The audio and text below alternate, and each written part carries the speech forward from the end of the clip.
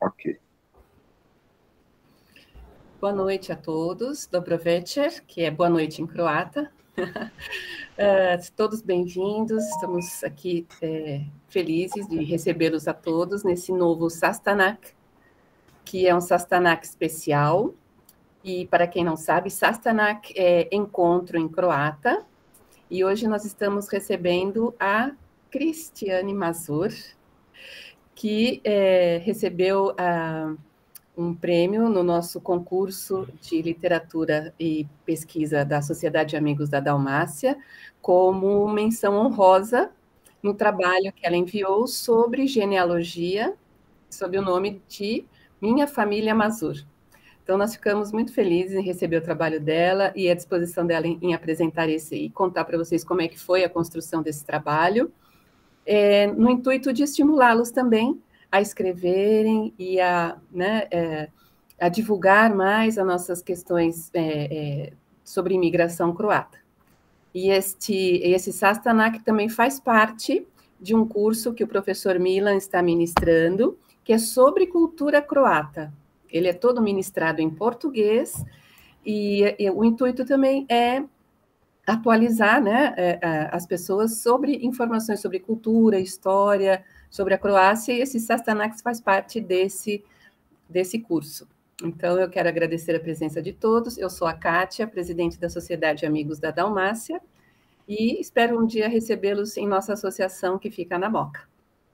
Milan, a palavra, por favor. Obrigada a todos. Muito bem, obrigado, Kátia. Então, sem muitas delongas também, acho que já vou passar a palavra para a Cristiane, para que ela possa, então, apresentar um pouco do que ela fez para o nosso concurso, né, que recebeu essa menção honrosa, que será publicado no segundo semestre, em croata e em português. E a ideia é, então, nesses próximos 50 minutos, que a Cristiane aí complemente alguma coisa, né, aprofunde essa discussão, e aí a gente terá mais uns 15 minutinhos para comentários e uma pequena discussão. Então, nós continuaremos aqui para qualquer dúvida, né, também perguntas podem ficar no chat, e depois a gente pode, né, fazer, enfim, responder e comentar, ok? Então, muito obrigado e vamos lá, Cris. A palavra é sua. Milan, você passa para mim a apresentação? Que eu já começo com ela. Só um minutinho. Bom, novamente, obrigada a todos os que estão aqui, amigos queridos que também eu já não via, e agora pelo menos posso vê-los, né, familiares. É muito bom tê-los aqui, nesse tipo de encontro. O Milan vai começar a colocar uma apresentação, e vocês vão ver que tem bastante, assim, recurso visual, que vai dar para a gente entender bastante isso aqui. Bom, o que nós temos aqui é uma categoria chamada ensaio genealógico, né? Que não seria um gênero muito fixo, mas vocês vão ver que há uma mistura, né? Um mosaico de experiências pessoais, de memórias afetivas, juntamente com registros históricos, que foram recuperados. Alguns eu já tinha pelo contato com a família, outros eu consegui algumas fontes de consulta que eu vou passar para vocês. Só estou esperando aqui. Bom, o título do meu trabalho é Minha Família Mazur, que o Milan vai colocar aqui. Eu já vou adiantar para vocês que eu acho que tem 3 leituras deste título, né? Tem o minha, simplesmente como possessivo, né? A minha família. Tem o minha, num sentido mais afetivo. E tem uma leitura que o meu filho fez e que eu já tinha feito, que é o seguinte: de todas as famílias Mazur, esta é a minha história. Então, vamos lá, Mila? Bom, eu sempre fui muito conectada com o nome, né? A primeira coisa que alguém pergunta quando te vê, qual é o teu nome, né? Meu nome é, então, Moje ime je, né, em croata. Eu sou Mazur, foi assim que eu nasci, e eu acho que se eu tiver que dar uma identidade para mim, eu vou colocar o meu nome. E eu vou começar contando a história do meu avô, o Alois Mazur. Vamos lá? Bom, geralmente na escola as crianças falam vovô, o meu avô. Eu nunca falei vovô para o meu deda ou meu dad. Ele sempre foi o deda Alois, ou com a grafia croata, que está na certidão de nascimento dele. Ele nasceu em março de 1912, em Kutina, ex-Iugoslávia, né? Na época você ainda não tinha a separação das repúblicas. Hoje, esse local pertence à Croácia, é uma localidade pequena, com cerca de 15 mil habitantes, que fica a mais ou menos 80 quilômetros de Zagreb. Eu tenho um mapinha no próximo slide que vai dar para a gente localizar. Essa linha azul mostra o caminho de carro, né, de Kutina a Zagreb, dá menos de 1 hora de carro, então vocês vão ter um pouco da noção da distância dessa localidade.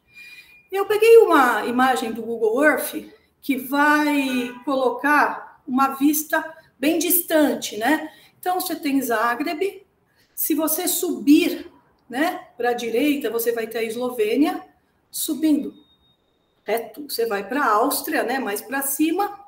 Aí, se você for em direção a Kutina, por cima tem a Hungria, né, você pode ver os nomes já tipicamente húngaros. Se você for um pouco mais para a direita, para a extrema direita, você vai para a Romênia. Se você descer, você tem a Sérvia, e a gente já pode ver, né, o alfabeto cirílico, e para baixo é a Bósnia. Então, é essa localidade que a gente está. Olha, se vocês tiverem oportunidade de fazer algum curso com o Milan, é interessante porque você começa a entender a Croácia nas suas regiões, e ela deixa de ser um bloco único, e tudo isso vai fazendo um sentido diferente, isso que eu falei para vocês, tá bem? Milan, vamos para o próximo? Aqui tem uma vista um pouco mais próxima de Kutina, e a gente percebe bastante a zona rural, as plantações, né? E o meu avô, né, a família dele era uma família de agricultores, bastante simples, mas você vê uma organização muito grande nessa cidade, né? Eu fico olhando isso e fico encantada, de certa maneira. Eu sei que a gente não está falando, por exemplo, de Split, mas tem aquele litoral maravilhoso, encantador, mas a gente está falando de uma beleza natural e de um tratamento a uma cidade pequena encantador. Eu, pelo menos, penso assim, né? A gente tem um centro esportivo, você percebe que existe toda uma estrutura em volta disso. Vamos para frente, Milan?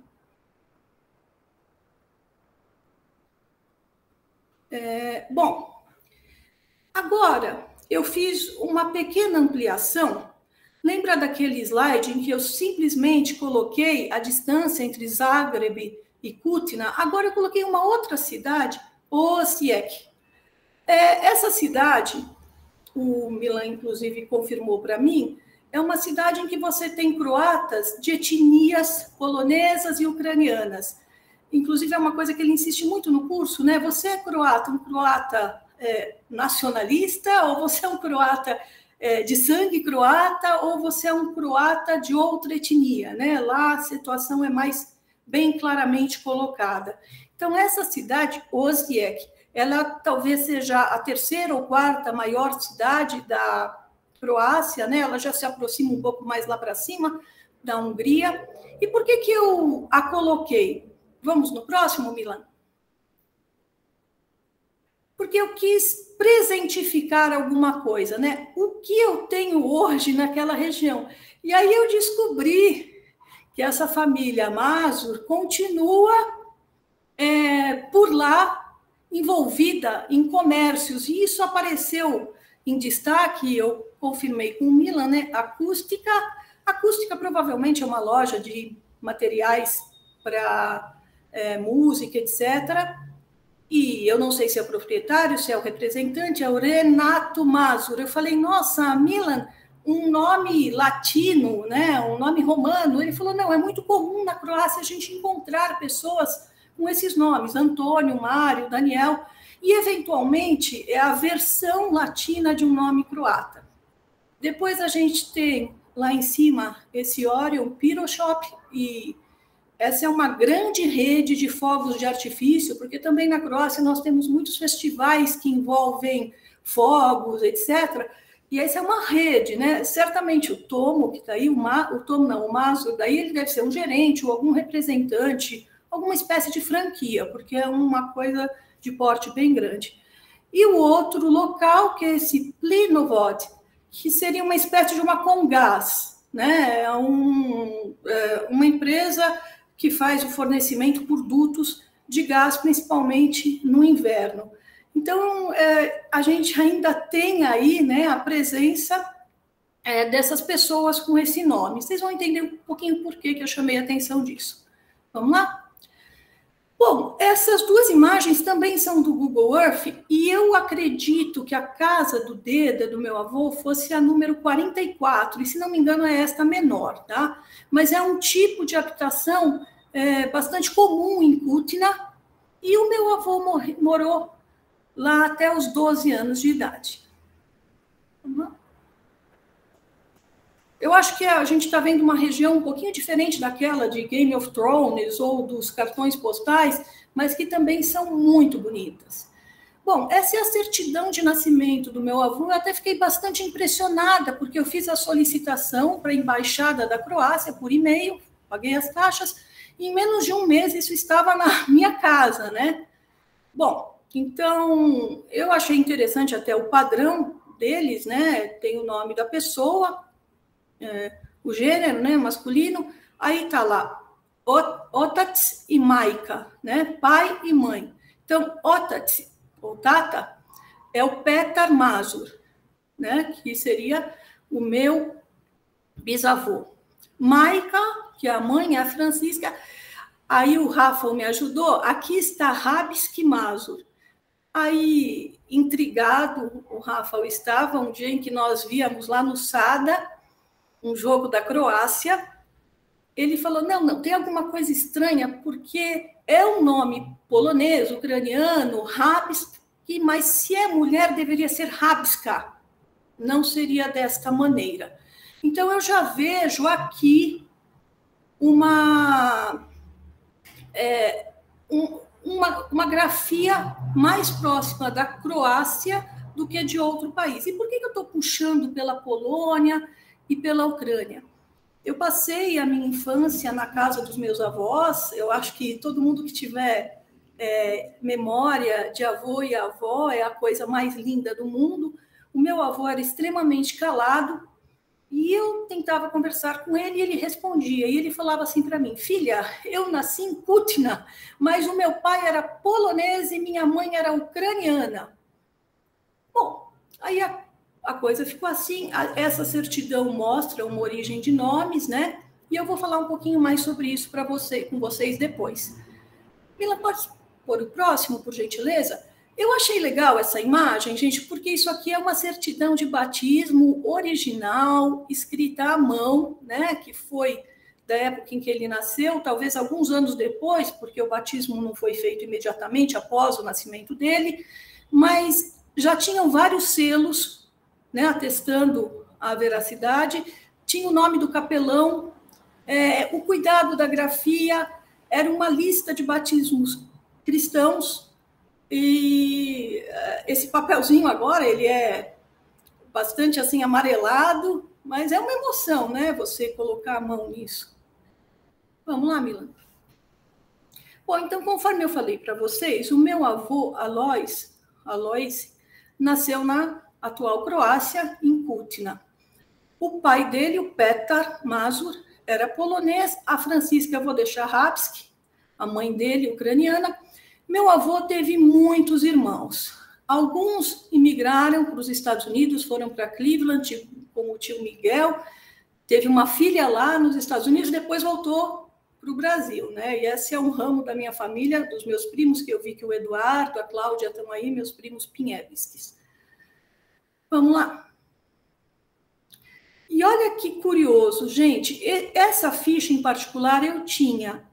Ela é do cadastro de estrangeiros aqui no Brasil, é uma ficha bastante antiga, então tem o nome do meu avô, sexo, e eles colocaram nacionalidade polonesa sem problema algum, e local de nascimento, Kutina, Iugoslávia. Colocaram o nome do pai e da mãe, né? eu falei para vocês, era uma família muito simples, de agricultores, católicos, etc. E, curiosamente, eles vieram para o Brasil antes de passar... eles nem passaram pela hospedaria aqui de São Paulo, eles foram direto de Santos para o lugar em que eles foram levados, passaram por outros lugares e depois foram morar num lugar em que ninguém queria morar, que era um brejo, Moema, nessa rua Canário 297. Foi aqui que eu vivi com eles. Bom, esta ficha estava comigo. Vamos lá, Mila. Esta ficha eu peguei no Family Searching. Gente, o Family Searching é muito legal. Ele é mantido pelos Mormons, né? Eles têm aquela convicção de que todos nós somos irmãos. Agora, vocês precisam ver a quantidade de registros, de fotocópias que eles têm. Parece que, uma vez, inclusive, o Estado de São Paulo abriu todos os seus registros para serem fotocopiados pelos Mormons. E eles têm registros de todos os países. Assim, é uma aventura fazer pesquisas lá. Eu peguei essa ficha de lá. Agora, há muitos vínculos errados lá, porque os próprios usuários podem fazer os vínculos de parentescos e alguns ficam completamente sem nexo. Então, tem que tomar um pouco de cuidado, porque você tem a oportunidade de montar a sua árvore genealógica. Mas, quando você faz isso, o outro também faz. Então, essa parte dos vínculos, das relações, tem que ser bem olhada. Agora, a parte de fotocópias de documentos é um arquivo, assim, impressionante. E eu cheguei a conversar com eles, eles têm muito interesse em ouvir as nossas histórias. Agora, o que eu achei curioso nessa ficha, aí, Milan, se você puder colocar em destaque, tá vendo a nacionalidade? Aí as pessoas já começaram a falar, como assim? Né? Polonesa, mas está lá, Kutina, Iugoslávia? Não. Então, de uma maneira bem profissional, né, riscaram o polonesa e colocaram, não é possível, né? Tem que ser Iugoslava. E você vê que essa ficha é de 1970. Né? Bom, e é isso. Aí, eu achei bem legal esse registro, e quem quiser, assim, fazer pesquisas lá é muito simples. Você se inscreve no Family Search dos Mormons. Vamos lá? Bom, pessoal, aí eu não sabia exatamente em que navio o meu avô tinha chegado. Hoje, você tem órgãos do Estado de São Paulo que permitem que você faça uma pesquisa mais refinada, mas eu sabia o ano. E aí eu vou dar um testemunho para vocês. Eu comecei a procurar navio por navio. Começou a fazer um burburinho na minha cabeça, porque nas décadas de 20, 30 e 40, chegavam ao Porto de Santos cerca de 100 navios por mês. E era navio vindo de vários portos da Europa, né, como Hamburgo. Também tinham alguns navios que vinham da Argentina, alguma coisa do Rio de Janeiro, alguma coisa também dos Estados Unidos. E aí, eu não sei se tem algum aspecto intuitivo também, eu cheguei no navio dele, aí eu vi tanta lista, eu vi que hoje o órgão do Estado de São Paulo permite que você faça buscas de navios que chegaram de 1888 até 1973. Eles têm 28 mil listas, mais ou menos, com eles. Quando eu vi o nome do meu avô e vi lá, né, tá escrito errado, tá escrito Aloíri. Bom, tudo bem, isso aqui foi o que eles escreveram aqui. E vi a idade, 12, e acima tem o nome do irmão dele, que é o tio Ivan. Aí eu comecei a subverter a ordem do espaço e do tempo. Milan, posso ver o próximo slide? Na minha cabeça, apareceu uma cena como essa. Eu acho que muita gente já foi a Santos e sabe que os navios praticamente param dentro da cidade. Aí eu peguei e falei, em 1924, tem um menino de 12 anos acompanhado do seu irmão, só eles chegam no Brasil. Eles eram agricultores naquela cidade que vocês viram hoje como é. De repente, eu comecei a me sentir como se eu fosse a mãe do meu avô, porque o meu avô sempre foi um idoso. E quando isso se remontou na minha cabeça, era meio que eu falava assim, Deda, fica sossegado, não fica com medo, vai dar tudo certo, eu sei que vai dar. Eu fiquei muitos dias com isso ecoando na minha cabeça, né? Aquele burburinho de gente, porque no navio tinham alemães, tinham pessoal dos Balcãs, mas tinham suíços, tinham italianos, e todo mundo chegando, vendo, né, a Mata Atlântica, que, de certa maneira, deve ser algo muito bonito de se ver, né? A Mata Atlântica. Você já tinha ferrovia em Santos, então você viu o trem, você viu aqueles montes, mas eu imagino a sensação da temperatura, e 12 anos com o seu irmão, né? Eu fiz esse exercício mental, assim, e, de certa maneira, não conseguia deixar de estar lá no porto esperando pelo meu avô. E eu tenho uma foto no meu primeiro ano de aniversário, ele está olhando para mim sorrindo. E eu fico pensando, como ele pensou que chegaria a isso, né? Tinha um bebê lá, estava tudo bem. Vocês veem que isso é uma das histórias. Quantas não são assim, ou até mais comoventes, né? Então, eu acho que quando a gente fala de um ensaio genealógico, não tem como as coisas não se misturarem, né? A história, a Europa, o Brasil e a sua construção ou reconstrução disso. Bom, vamos lá, Milan. Então, vamos lá. Como que um menino de 12 anos, chegando só com o seu irmão 6 anos mais velho, o tio Ivan, chegou lá? O que eles passaram para chegar lá? O Deda me contou algumas histórias, como ele era o mais novo de uma série de irmãos, a mãe dele morreu quando ele era muito novinho, com 2 anos, acredito que ele já fosse órfão. E o que os irmãos faziam? Eles o prendiam na perna da mesa, né, com alguma corrente, etc., deixavam batatas para ele durante o dia e iam para a roça para comer, né? E eu fico imaginando como que seria a Europa na década de 1920. A gente vê muito filme da Alemanha, como a Alemanha estava empobrecida, etc., né? Depois da Primeira Guerra, esse período entre guerras. E eu fico revivenciando isso numa família que está sem mãe, com uma série de filhos, agricultores, e que certamente já tinham saído de outro lugar, né? Vamos lá, Mila. Bom, mas eles chegaram aqui como? Aqui eu tenho a tradução do passaporte familiar que os trouxe.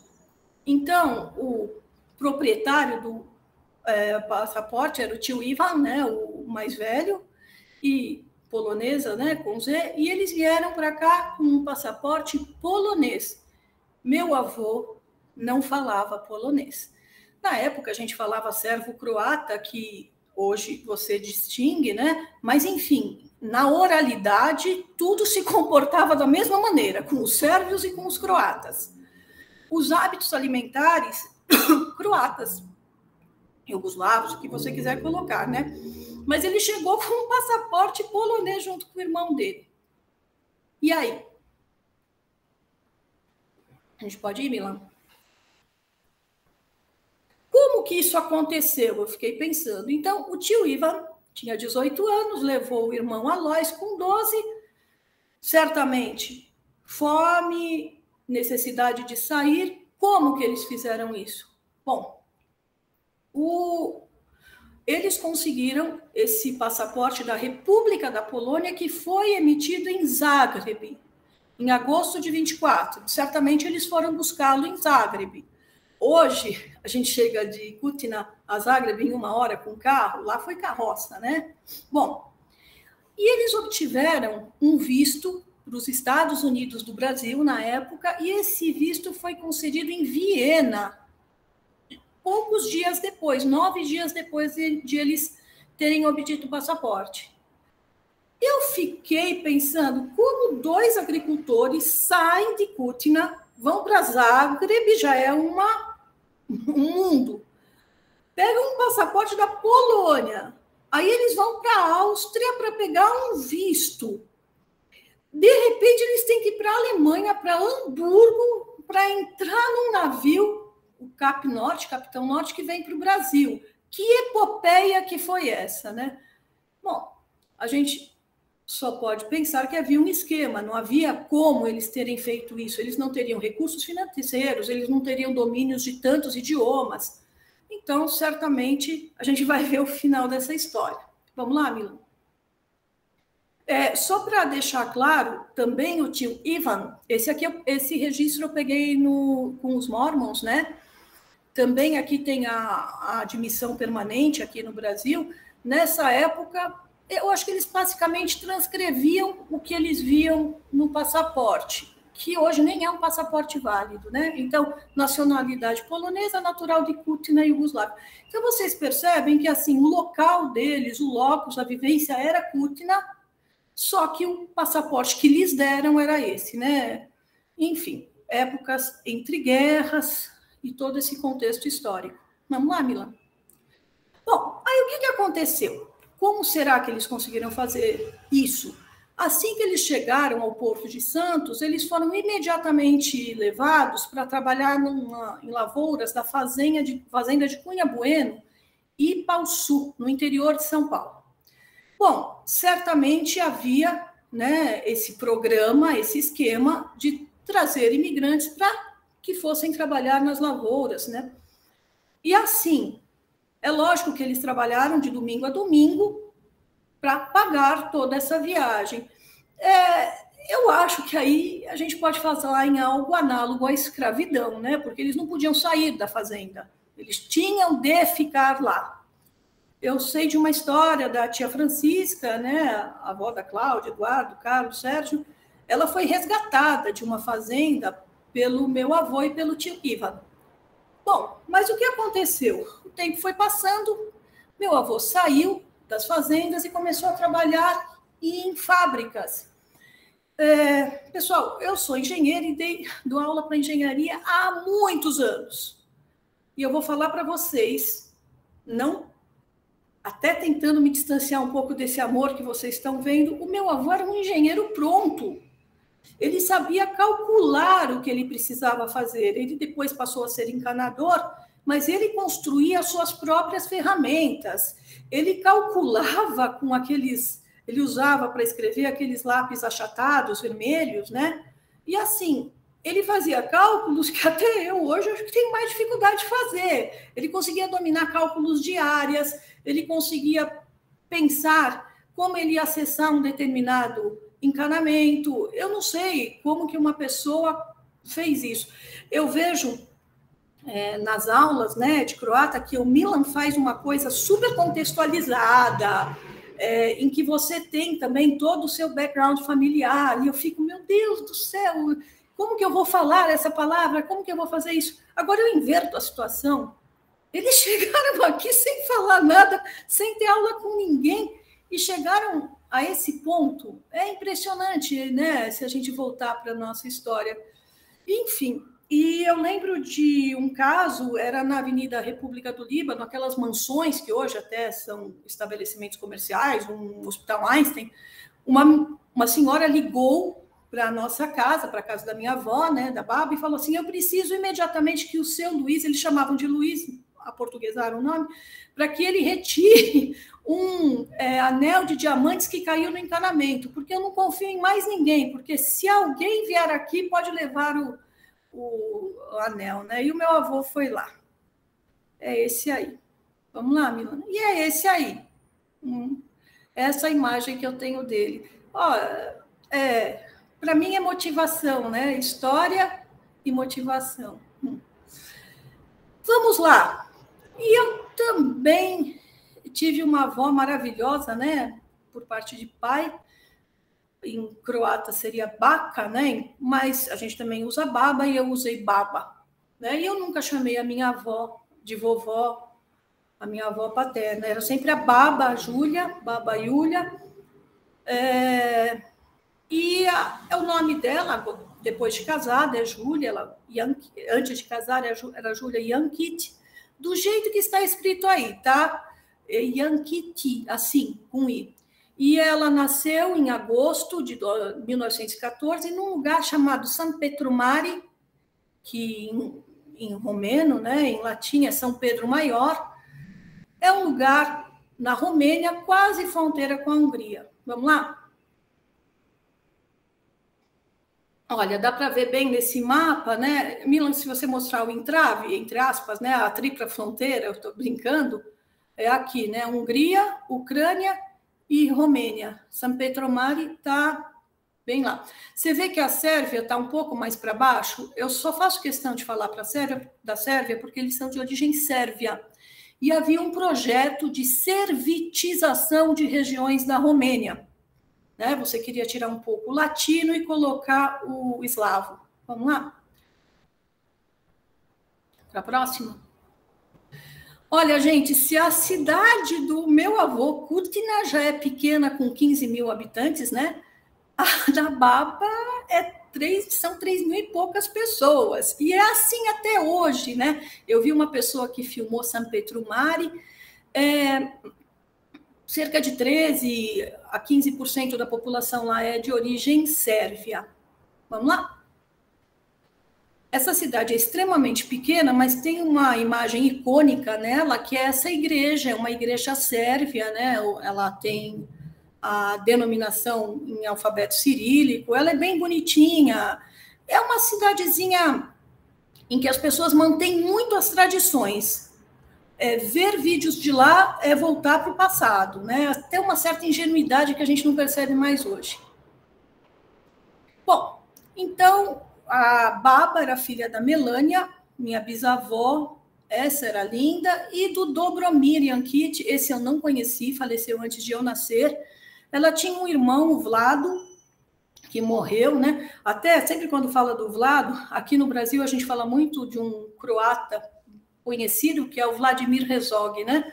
O Vladimir Herzog também nasceu na Croácia, uma cidade a uns 100 quilômetros de Zagreb, mas o nome dele era Vlado, que é a versão sérvia, né? Ou croata.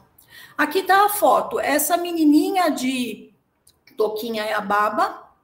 Esse é o Vlado, o irmãozinho dela, meu tio-avô, que morreu criança. Essa mais alta, em pé, né? É a minha avó Melânia. Essa realmente era uma muito bonita. E a Helena, que é a mãe da Melânia, a minha bisavó. Vamos lá? Gente, eles vieram com esse passaporte familiar, da família, vinha o nome, até a gente percebe, né, uma sociedade bem mais patriarcal, era o nome do homem, Yankit Dobromir, eu vou falar o Dobromir daqui a pouco, significa, e, lógico, na época, o que dominava para a tradução era o francês, nada de inglês. Vamos lá? A foto, né, da família, então, deixa eu explicar, lenço, a Baba, a gente chamava de Baba da Moca porque ela morava na Moca com o meu tio Milan, não esse, né? E eu agradeço a Silvana, não sei se ela está aí, minha prima, que me cedeu uma série de fotos também.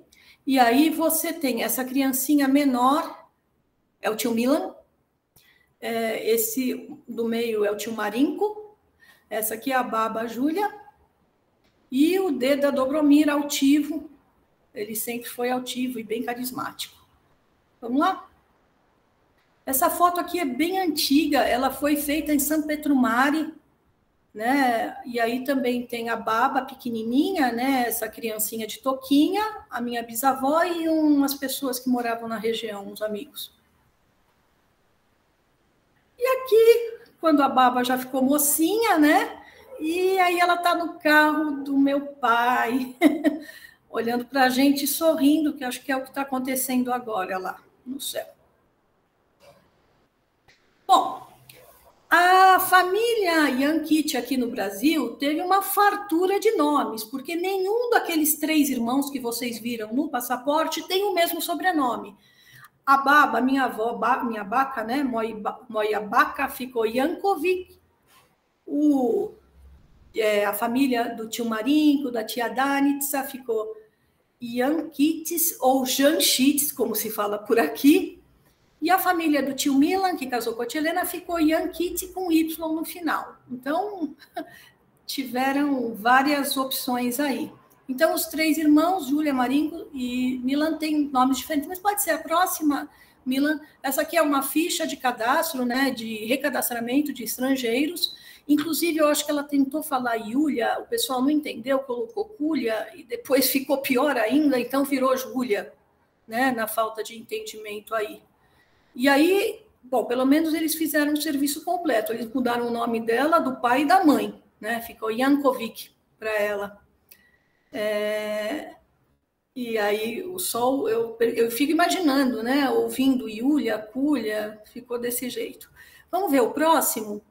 É o tio Marinco. Às vezes a gente está com Marinco com C, às vezes Marinco com K. Também, assim, uma pessoa muito divertida, carismática. Ele tinha uma relação muito forte com a cultura dos Balcãs. Eu ia à casa dele muitas vezes aos domingos, e ele tinha uma revista, Milan, acho que é Noi Svet, Nosso Mundo, né? E era assim, a gente ficava o tempo todo em contato com isso. Eu acho que ele era dos 3 irmãos o mais vinculado a essa questão balcânica. Aí vocês viram que é Janchites ou Janchites. E esse aqui é o tio Milan, que às vezes é Milan Mirko, às vezes é Mirko, tem também variações no prenome, aqui no Brasil, né? E ele ficou com essa grafia, Yankiti com Y. Tá? Esse meu tio, ele chegou a voltar para a cidade dele, depois que ele chegou ao Brasil, e um fato pitoresco é que ele era muito inteligente também. Parece que na escola, quando ele ficava bravo, aqui no Brasil, ele xingava a professora, né, na língua sérvio-croata, e uma vez ele pegou uma professora que era de origem sérvio-croata, e ele levou uma bela bronca. Vamos lá. Aqui são os 3 irmãos. O tio Milan, que é o da esquerda, ele depois disso voltou, né, para a cidade deles, a Baba, Baca, e o tio Marinco. Vamos lá? Bom, agora eu vou fazer a união da Baba e do Deda. Ambos chegaram ao Brasil em 1924, não foi nada combinado, tá? Só chegaram. Conforme eu disse, o Deda ficou naquele trabalho de quase escravo na fazenda de Cunha Buena, né, no interior de São Paulo. Depois disso, ele morou na Vila Mariana, trabalhou em fábricas, trabalhou como encanador aí, super encanador, super, né? A Baba morou na Moca, trabalhou como empregada doméstica. Eu lembro que ela não sabia o que era isso inicialmente, né? Aquele feijão, esse feijão que nós temos aqui, escuro, era uma coisa que para eles era como se fosse um feijão estragado. Eu pensava, mas o feijão não tinha que ser branco? Mas depois que ela pegou o gosto pela coisa, o arroz, feijão e banana, acho que ela nunca mais largou isso daí. Mas era outra situação, né? Comiam isolados, num cômodo, enfim. Agora vamos ver lá a união dele, aqui a Baba, né, à esquerda, e o casamento da Baba e Deda. Se vocês puderem ver um filme que está relançando, acho que na Netflix agora, sobre a vida do Tesla, e um livro sobre o Tesla, e vocês vão ver que o meu avô parece muito Tesla. Eu fiz até uma brincadeirinha e passei para o Milan, falou, olha, aí tem coisa, mas ele parece bastante, sim, até o porte, digamos, do Tesla, né? E todo mundo quer o Tesla, porque o Tesla é genial pra caramba. Vamos lá? Bom, mais uma foto de época, e a gente já tem uma família bem completa, né? Eu coloquei os nomes, então, da direita para a esquerda, Alois, o meu avô, de chapéu, a Baba na frente dele, o tio Marinco, o tio Milan na frente, o Dobromir, né, o pai da Baba, a Helena, que é a mãe, e a Melânia, a avó, né, na verdade, a Helena. E os 2 da esquerda são amigos.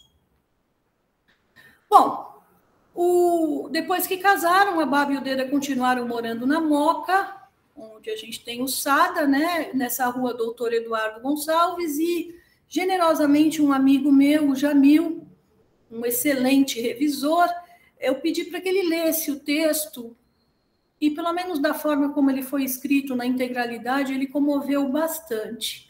O Jamil me ligou falando, Cris, eu estou muito emocionado. Fora isso, eu moro na rua Doutor Eduardo Gonçalves. Coincidências, né?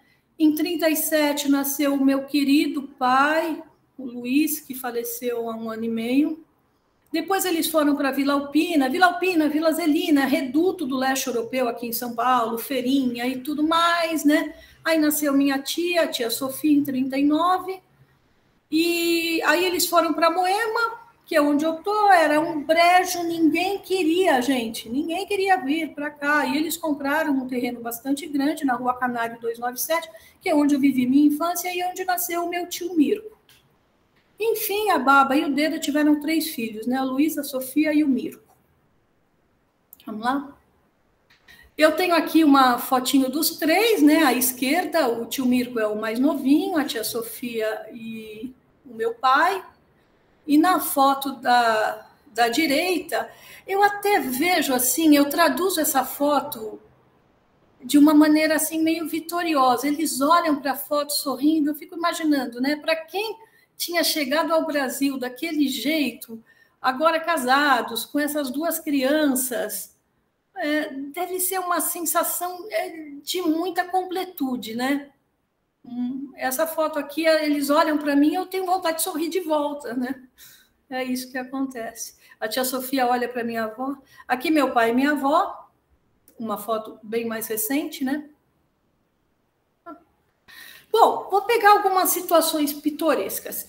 O nome Mazur é um nome toponímico, é um nome que está associado ao local. O Rafa está falando sim, né? Porque ele conhece muito bem a Polônia. Teve um amigo macedônio, ou seu amigo, não, bósnio, e aí ele também gostou muito dos Balcãs, e a gente conversou bastante. Então, Mazur é um nome toponímico e é um nome muito frequente na Polônia. A gente está acostumado com os isques, né? Mas esse aqui, olha, se bobear agora, ele está em 10º lugar. E como a Polônia agora tem uma farta produção cinematográfica, vou chamar desse jeito, né? Tem a cidade, Lodz, mas não é só isso. Eu costumo ficar vendo filmes poloneses até o final para ver as pessoas que participaram. E sempre eu acho um Mazur lá, né? E assim, fora a Polônia, a Ucrânia, a Rússia, depois vem os países para os quais eles migraram, os Estados Unidos. A Alemanha não, a Alemanha já tem um maestro muito conhecido, Kurt Matsur, aí é com S, né? O Kurt é alemão, e aí são Matsurs alemães mesmo. E eu vou revelar uma coisinha para vocês daqui a pouco sobre isso. Isso, maestro Kurt. Bom, coisas do meu nome, já que é Moime e é Mazur, né? Vamos lá. Na matemática tem um teorema bastante conhecido, Banach-Mazur, que tem bastante afeição à matemática, essa família. No Brasil, o tio Ivan, irmão do Deda, trabalhou na Brahma, e o Deda Dobromir, pai da Baba, trabalhou na Antártica. Então, o Fla-Flu lá era qual é a melhor cerveja, né? Brahma ou Antártica? Gente, eu não sei porque eu não bebo nenhuma, mas aí era o que eles brincavam. Dobromir é um nome muito legal, né? É boa paz, né? Dobro, boa, mir, paz. Mir é uma palavra, acho que bastante frequente nas línguas eslavas, né, Milan? Porque até a editora Mir, russa, que havia aqui, etc., de muitos livros técnicos, né? Acho lindo isso, né, Dobromir? Você já chega desejando paz, né? Boa paz. Vamos lá? Bom, essa história é muito legal. Uma vez o Deda Dobromir estava na fábrica da Antártica, aqui na Moca, e havia o pessoal da gerência, da cúpula, e esse pessoal o chamou. E ele pensou, o que será que está acontecendo? Eles falaram assim, nós somos italianos. Bom, durante a Primeira Guerra Mundial, você não estava vigiando alguns italianos, depois você falou, italiano, vai embora, foge. Então, esses italianos somos nós. E achei muito, assim, mundo pequeno, né? Mundo pequeno. Vamos lá? Algumas curiosidades, e essa daqui é uma curiosidade, sei lá, linguística, que a Baba Melânia, minha bisavó, ela falava, eu tenhava. E é engraçado, né? Eu fico imaginando para um estrangeiro conseguir fazer todas as nossas flexões verbais, nossas locuções verbais, nossos tempos. Então, ela ia por aproximação, né? Eu tenhava, ela falava, eu tenhava muito coisa, ou boge, depois é sempre Deus, Deus, Deus, né? E aí ia. A Baba Júlia recebia qualquer presente, pegava aquele papelzinho, dobrava, que ele ficava novo, né? Isso aqui acho que é a memória de todo mundo que teve a avó. Ficava na gaveta para fazer outro embrulho. E ela colocava saquinho plástico na bolsa, saía sempre prevenida. E eu não sei se aí tem um sentido, né, Milan, chamá-lo de ducho. É como se fosse meu querido, é alma, né? Ducha é alma, então meu querido, meu bem, algo meu bem, né? Isso aí. Então era o ducho. Bom, o meu avô também fazia algumas coisas muito engraçadas. Há muito tempo atrás, os pontos de ônibus aqui em São Paulo, eles eram marcados por uma espécie de poste de madeira. Uma vez a prefeitura remodelou os pontos de ônibus, ele não teve dúvida, ele cortou e colocou no lugar certo, né? E a outra coisa, assim, não havia como meu avô sair de casa sem usar aquele chapéu de feltro que vocês viram na foto, marrom, né? E a camisetinha regata branca embaixo da camisa. Essa aqui é uma carteirinha de saúde de 39, eu acho que o tio Milan, que virou Mirko, que virou Yankit com Y, é legal, ela é um modelo antigo, né? E a Silvana que passou para mim. Não sei se ela está aqui. Bom, pessoal, comida. Na casa da Baba era só sarma, goulash, delícias. Aliás, existe o livro da Kátia com as comidas da Dalmácia, eu dei para uma pessoa muito querida, que é de origem italiana. Ela falou, ai, como eu amo essas comidas mediterrâneas. Eu falei, olha, então na minha casa era outro tipo, né? A sarma, quando eu mostro essa foto, quase todo mundo aqui de São Paulo fala, nossa, eu comi tanto isso e não sabia que era sarma, porque é muito frequente. Um pouco na culinária libanesa, tal, é frequente aqui em São Paulo, mas até em restaurantes por quilo, que não são étnicos, eu vejo muito sarma. E o engraçado é que as pessoas falam, nossa, eu comi tanta sarma, não sabia que era sarma. E aqui, eu tentei tirar uma foto próxima do kiflet que a Baba fazia, né? Que é essa massinha. Inicialmente, ela tentava colocar um pouco de nozes, mas como era muito cara, colocava goiabada. Então, várias comidas, eu até combinei com Milan Gibanitze, que povoaram a minha infância e eram desse tipo aí, tá? Bom, agora aqui que eu vou agradecer ao Rafa, que ele, como polonês, e como alguém que domina polonês, russo, ucraniano, croata e tudo mais, tem bastante facilidade de fazer consultas. Então, ele fez essa consulta num sistema polonês que é bastante completo, né, para fazer pesquisa. Então, ele fez, né, alguns argumentos de busca. Ele usou o nome da minha bisavó como Rabska, já usando o A em vez de usar o I, fez o cruzamento com o sobrenome Mazo, e aí, Rafa, eu não vou saber falar os nomes que estão aqui, hein? Você vai me ajudar. Fazendo isso, o que ele chegou? Ele chegou nessa paróquia, que eu não sei como falar, Rafa, nessas aldeias aqui, e ele realmente conseguiu encontrar a origem dos meus bisavós.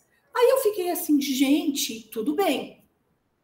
Os meus bisavós estavam lá. De fato, ela ucraniana, ele polonês. Segundo o Rafa, essa cidade, aldeia, estou falando cidade por força da expressão, em que eles estavam, era a última cidade do Império Austro-Húngaro. Logo em seguida seria Império Russo. Então, eu vejo um sentido de eles saírem para algum lugar que pertencesse ao Império Austro-Húngaro, não para o Império Russo. Ok. Só que ainda assim resta a pergunta, por que a Croácia? Havia vários lugares para parar antes, né? Bom, então vamos lá. Continuando. Eu acho que eu tenho uma resposta. E hoje, dia 25 de abril, eu entrei no site da Unifesp e vi que havia uma série de comemorações. A Unifesp é bastante conhecida pelos trabalhos na área da saúde, porque hoje é o dia do DNA, né? dessa nossa memória genética, dessa nossa genética. E justamente nesse dia 25 de abril, dia do DNA, eu vou falar para vocês de um teste genético de ancestralidade. A gente diz que o corpo fala assim, né? Falo com vocês e mostro as coisas, mas o corpo fala internamente e conta a nossa história. Essa aqui sou eu. Bom, teste genético, né? O que eu tenho basicamente de genética? O meu mais forte componente é germânico. Ó, não tem ninguém dos Países Baixos nem da França na minha família, tá? Então é a Alemanha, lá 55%. Se você juntar com esse norte da Itália, que aparece lá, que segundo a orientação é Áustria, então também vai lá. Muito alemã geneticamente, tá bom? Aí tem outros componentes lá, húngaro e tal, mas olha lá embaixo, Balcãs. Sim, existe o componente croata, ele apareceu lá. Então, para mim, não é uma situação ocasional de ter ido para a Croácia. Sim, o sentido migratório seria para o Império Austro-Húngaro, mas existe um sentido também genético aí. Eu acho que eles foram buscar o que eles já tinham. E é muito engraçado, porque uma prima de muitos graus, a Letícia Drospinevski, que fez o teste, ela também tem este componente, mesmo sendo uma prima distante, mas que tem como ramo comum o meu avô. Então, o gene croata está lá, ele conta, né? O Jamil, acredito que ele não esteja aqui, porque ele está em aula, ele fez essa foto da janela do apartamento dele, e é a fábrica da Antártica em que meu bisavô trabalhou, né? Atualmente ela está desse jeito, lá na Moca, onde ele foi. Vamos lá? Bom, gente, eu vou pedir para vocês terem paciência para ouvir o que eu tenho que falar para a Baba, que a minha amada Baba Júlia é uma pessoa especial, e ela era especial nas pequenezas do dia a dia. Ela não era grande nas grandezas, ela fazia o dia a dia, a cozinha, a conversa, ser algo maravilhoso. Eu sempre fui grudada nela. Com ela, eu aprendi a falar Yasan Lepa. Eu sou bonita, né? Yasan Gardner também, essa coisa de inflar a gente. Ela gostava de sorvete de creme, ela comia a gente sozinha, um pote inteiro de sorvete de creme, usando a bolacha maisena como colher, e ainda comia a bolacha. E era magrinha, tá? Quer dizer, mais ou menos. Ela sempre me falava das dificuldades na Europa, a boneca dela de brincar uma casca de melancia, e eu acho isso curioso, mas como era muito frio, ela disse que a mão congelava e ela brincava de bordar na mão. E o bordado é uma coisa da cultura eslava, né? E ela falou que bordava. Eu até quis fazer uma brincadeira na minha roupinha de hoje, com esse pontinho cruz e tal, e é isso daí. Eu adorava passar os dias com ela, eu ia à feira com ela, eu lavava a roupa com ela, eu cozinhava com ela, eu vi um programa que era maravilhoso, O Mundo de Jacques Cousteau, isso ficou na minha cabeça. Ela deitava no chão e queria que os meus primos e eu, já muito grandes, pisássemos nas costas dela como uma massagem. Queria que vocês pudessem ter passado algumas horas com ela, porque ela é especial e cozinhava muito, gente. Cozinhava todas as coisas do leste europeu e mais, tá? Geleia de banana, licor de jabuticaba, tudo que vocês possam imaginar, o mix. E é isso, a gente andava sempre de mãos dadas e Corinthians, né? O amor nunca morre. E para o Deda também ela era especial e brilhava no dia a dia e brilhava no silêncio. Fazia aquelas ferramentas que eu falei para vocês, que eu não sei nem como ele conseguia construir tudo aquilo com tão pouco, num lugar lá no fundo da casa. Comia rabanete, bebia Coca-Cola direto, assim, aquelas garrafas de 2 litros. Eu engraxava o sapato dele, ilustrava os sapatos dele, e amava fazer isso. Eles jogavam bilhar aos domingos. Ele sempre dizia que o pai dele era polonês, que a mãe dele era ucraniana e que aparecia com a mãe dele. Havia uma foto da mãe dele, esta eu não consegui recuperar. Minha irmã e eu somos altas e éramos muito altas, e os meus primos também são muito altos. E ele falava para minha avó: olha, elas vão ficar do tamanho da Semionova. Eu não sei se vocês procurarem, a Semionova é uma jogadora de basquete da antiga União Soviética, mas, gente, enorme, não é que ela é alta, é enorme, né? Ela fazia cesta assim, né? Só de encostar. Ele ficava ouvindo radinho no ouvido, assim, e a gente também continuava andando pelas ruas, inspiração para mim. Para ele também, o amor nunca morre. E o que eu posso dizer para vocês? Obrigada, Vala. Obrigada pelo Milan ter dado essa oportunidade. Obrigada por vocês estarem aqui. Então, é isso.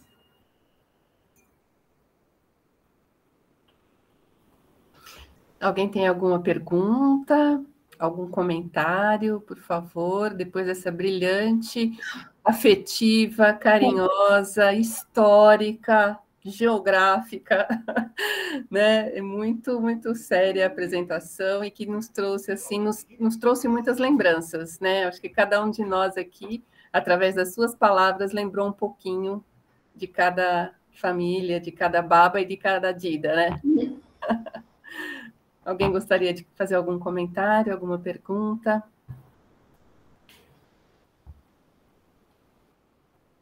Roberto? Olá, fiquei bem emocionado com a apresentação, achei muito interessante, tanto do ponto de vista formativo, histórico também, mas muito afetiva, né? Muito legal. Eu gosto muito dessas narrativas que misturam esses dois mundos, porque nós somos isso, no final das contas, né? A gente é uma junção de tudo. Eu fiquei bem impressionado também com coincidências, né? Semelhanças que ocorrem. Quando eu estava vendo o mapa, assim que você mostrou o mapa, eu fui procurar, falei, deixa eu ver onde está Daruvar.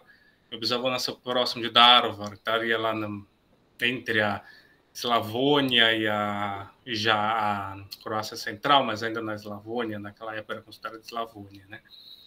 E está próximo, muito próximo, né? Meu bisavô também nasce em 1912, só que em vez de fevereiro ele nasce em março. E eles chegam ao Brasil oficialmente em 26, né? Os seus avós chegam em 24. E tem essa coisa, eles foram para Cleveland, né? Uma vez, nessa época eu morava na Alemanha, fazia intercâmbio, uma pessoa de Rhode Island, né, nos Estados Unidos, entrou em contato, e como é próximo, foi muito fácil, as árvores genealógicas se juntam. E havia esse fluxo mesmo, que triangulava, né? Europa, Brasil e Estados Unidos. E era fluxo e refluxo, porque há relatos de idas e vindas principalmente até o final da Segunda Guerra Mundial, onde as coisas ficaram um pouco estranhas, dado, por exemplo, minha família era de suábios, né? Então, croatas de etnia alemã, as coisas ficaram um pouco esquisitas, né? No fim da Segunda Guerra. E o que você falou é muito verdade. Uma vez estava comentando com uma pessoa da comunidade, agora me foge o nome, enfim, eu vou lembrar em breve. Mas a gente estava falando, nossa, como que ocorria também? Eu via também obtido também passaporte em Osijek, visado em Belgrado, sai por Hamburgo, chega no Brasil, sabe quem está nos Estados Unidos. Então havia uma rede muito bem estabelecida, um fluxo de pessoas, informação e recursos muito sedimentada, porque você fica pensando, se isso já seria complicado num mundo com WhatsApp, e-mail e afins, né? Imagina naquela época. E foi a mesma, de certa forma, o mesmo pensamento que nós tivemos. Eu fiquei impressionado com todo esse fluxo que parecia que, né, realmente estava muito bem estabelecido. E Lucas Virgues é o nome da pessoa com a qual eu falei. E a questão também que chama muito, talvez, não sei, eu acho que assim, a gente nunca conhece totalmente uma pessoa, a gente tangencia vários aspectos, e mesmo não conhecendo totalmente, a gente ama aquelas pessoas, né? Mas a questão do silêncio também era uma componente muito importante. E apesar de toda a nossa ancestralidade, nós somos brasileiros, né? E a gente gosta de falação. Por que as pessoas não falam, pelo amor de Deus, não verbalizam as coisas, né? Isso me angustia um pouco, né? Acho que um pouco a brasilidade também, né? A gente gosta das coisas expostas e verbais, e tem uma questão também muito com o silêncio. Então, eu fiquei muito tocado, porque ao longo de toda a sua apresentação, além de me emocionar com a sua própria história, eu ia pincelando várias coincidências assim que ressoaram muito. Então, eu fiquei muito, muito tocado com a sua apresentação também, e com certeza ficará na memória. E pretendo em breve, eu estou ansioso para ler também o seu trabalho, o seu ensaio. Muito obrigado. Eu que agradeço, Roberto. Assim, eu acho que essa comunhão, a sua generosidade de contar isso, né, é um presente, na verdade, para mim. É isso aí, empatia, né? Obrigada. E Vala, né? Vala. Molin. Não sei se tem mais alguém. Enquanto alguém pensa em algum comentário, eu gostaria de contribuir com coisas científicas. Um pouquinho só. Porque, né, esse lugar que me cabe também.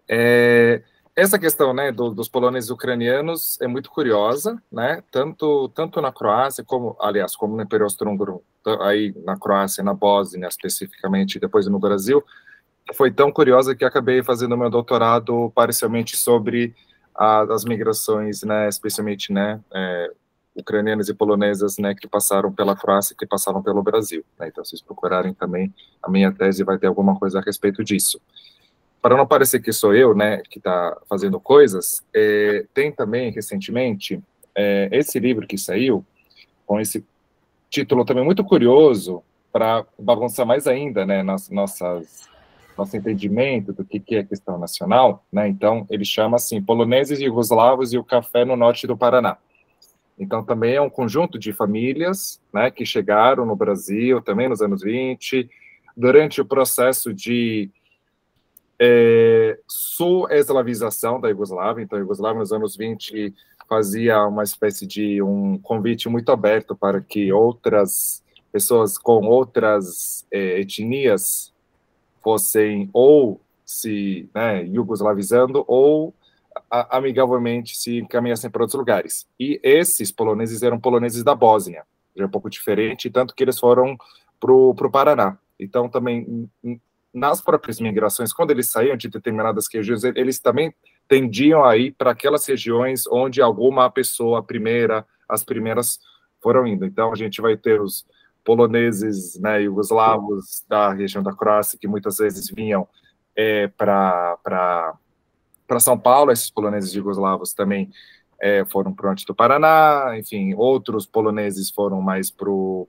sul do Paraná, e aí vai, né? Então, sim, a gente tem essa complexidade, por isso que é importante a gente contar essas histórias, porque não é só de pessoas, né, que eram etnicamente, né, daquele lugar, mas também as migrações eram remigrações, né, como a gente já comentou, aqui o Roberto também. Então, as pessoas foram indo e voltando, então a coisa é mais bonita e mais bagunçada do que a gente talvez gostasse, né, que fosse tudo mais, tá?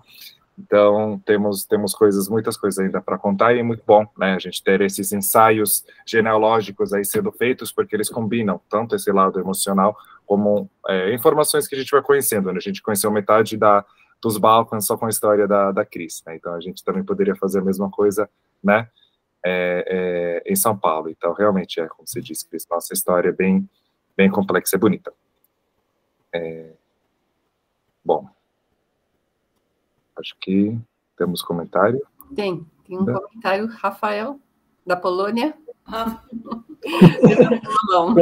Continuando a tema, porque, como o professor Milan disse, o tema da imigração do Brasil e o tema com os poloneses é um oceano, é totalmente outro planeta, é super complicado também, né?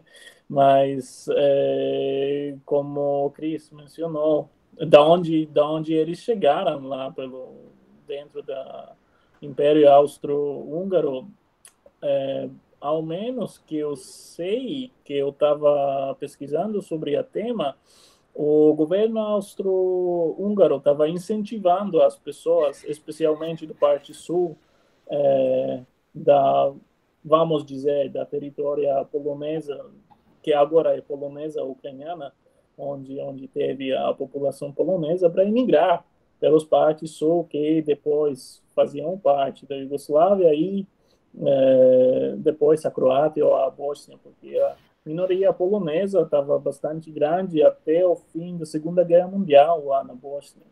E só depois da Segunda Guerra Mundial, com todas as pessoas chegando de um lugar a outro, na Europa voltou alguns mil das pessoas da origem polonesa para a Polônia. Então, pesquisando todas essas histórias super bagunçadas, especialmente talvez como a Cris mostrou, como a escrita das famílias muda durante todo o tempo e por uma pessoa só você pode encontrar vários escritas. Então é um pouquinho de como criminal da história do detetive para achar as informações, conectar todos juntos.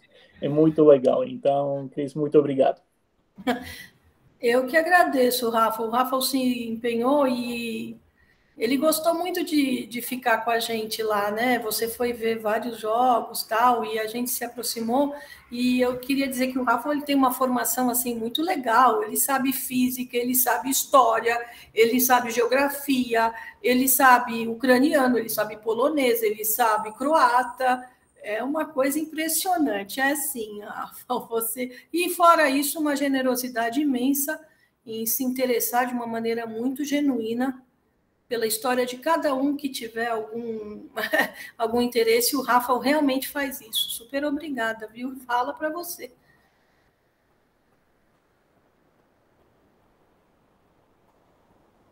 Então é isso. Mais algum comentário? Pergunta? Acho que muitas, né? Mas assim, acho que por enquanto todo mundo está contemplado, né? Refletindo sobre tudo isso que a gente ouviu hoje, né?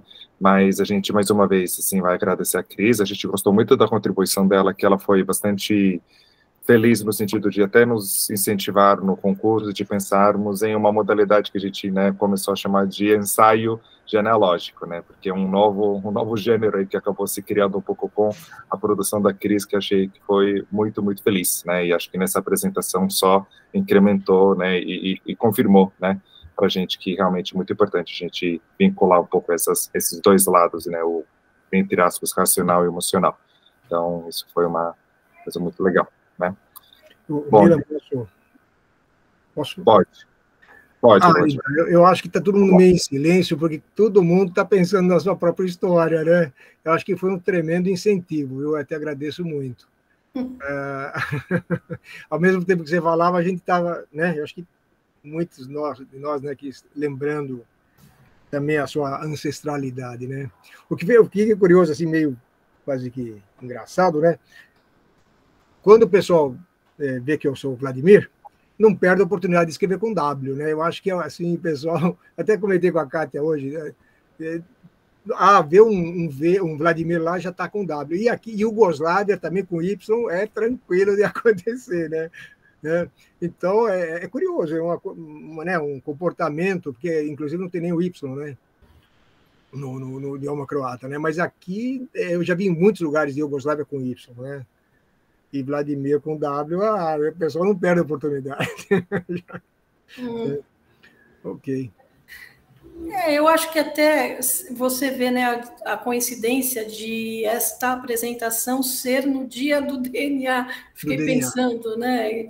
E eu tinha visto e ali eu entrei no site da Unifesp hoje, que eu estava procurando uma coisa na área de saúde, né, científica, e vi. Coincidência. E é engraçado, existe um programa do Genera para fazer a ancestralidade do povo brasileiro. Hoje eles divulgaram, né, a ancestralidade média do brasileiro. Mas falar do Brasil e falar de média, assim, eu como 2 chocolates, você come um, você não come nenhum, na média cada um comeu um, né? É mais ou menos isso, a média aqui. E é engraçado, né, porque a gente está aqui, principalmente assim, em São Paulo, que é essa efervescência de gente, né? Tudo bem. Agora, às vezes que eu ia para a Europa, tal, da onde você é? Aí eu sempre falava, adivinha.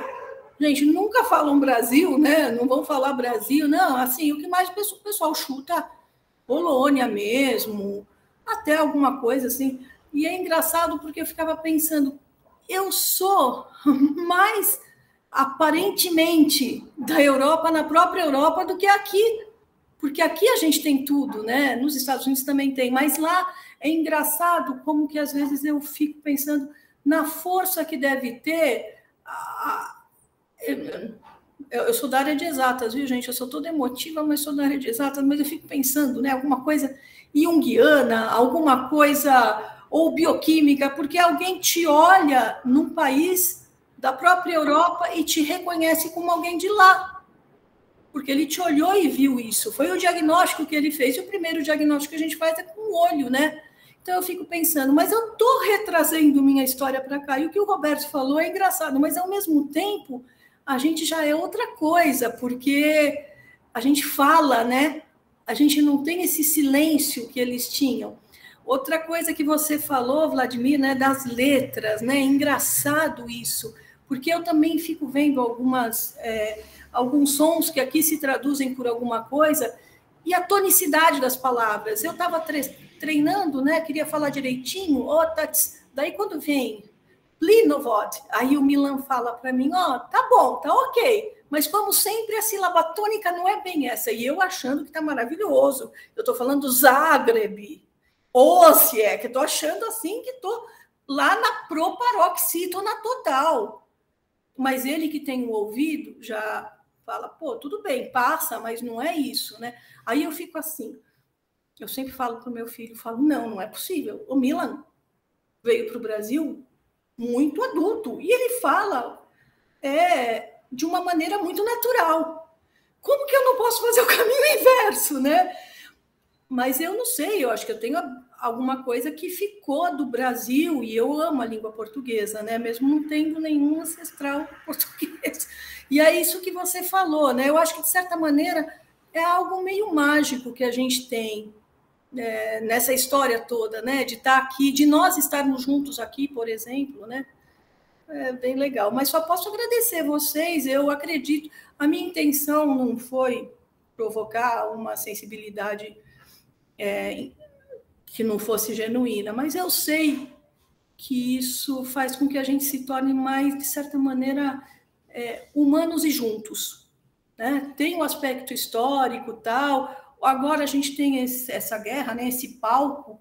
Não vou entrar no mérito, mas a Rússia invadiu a Ucrânia, mas tudo bem. Agora, assim, voltou a ter todo esse palco, né? Essa coisa, aí você retoma, não, que era o Império Russo, o Império Austro-Húngaro, isso está sempre voltando. E a nossa história vem disso também, o Rafa acabou de dizer, e você vê que sempre teve algum movimento para você, de certa maneira, expulsar uma etnia de algum lugar, né? Ah, não, você é um polonês, muito polonês aqui, vai para lá. Ah, não, você agora é um croata, não muito croata, vai para cá, né? E é engraçado, eu sei que eu vou falar lugar comum. Aqui no Brasil não é deste jeito, né? É engraçado, é outra coisa. A gente pode ter outros problemas, e tem, né? Mas são outros, vai. Tinha um amigo holandês meu que falava assim, olha, o Brasil é pior, mas é melhor. Eu acho que é isso. O Brasil é pior, mas é melhor, segundo ele, né? Então é isso, gente. Acho que é isso, né, Milan? Obrigada, Milan, Kátia, principalmente, e todos que estão aqui, né? Acho que o meu tio Mirko está aqui, o André, meus amigos. Muito obrigada. Muito obrigada, Cris. Muito obrigada a todos que participaram, que ficaram até o final ouvindo essas histórias tão lindas. E nós ficamos muito felizes, né? Em ser a Sociedade Amigos. Isso a gente faz muita questão, né? Do Amigos da Dalmácia, né? Que eu acho que o fundamental é isso que você falou, né, Cris? É nós sermos todos juntos, nós nos sentimos humanos quando a gente ouve histórias como essas, que podem ou não ser parecidas com as nossas, né? Mas nos torna cada vez mais humanos, porque estamos todos aqui e todos somos imigrantes, né? De uma certa forma, estamos aqui tentando construir uma coisa muito boa juntos. É isso. Obrigada pela presença. Eu posso deixar o meu e-mail aqui? Claro, claro. Se alguém quiser alguma informação adicional, eu vou deixar aqui. Muito obrigada. E também muito legal a iniciativa dos Sastanaks aí. Muito obrigada, Cris. Então, lá com noite para todos. Até mais, gente. Tchau, tchau.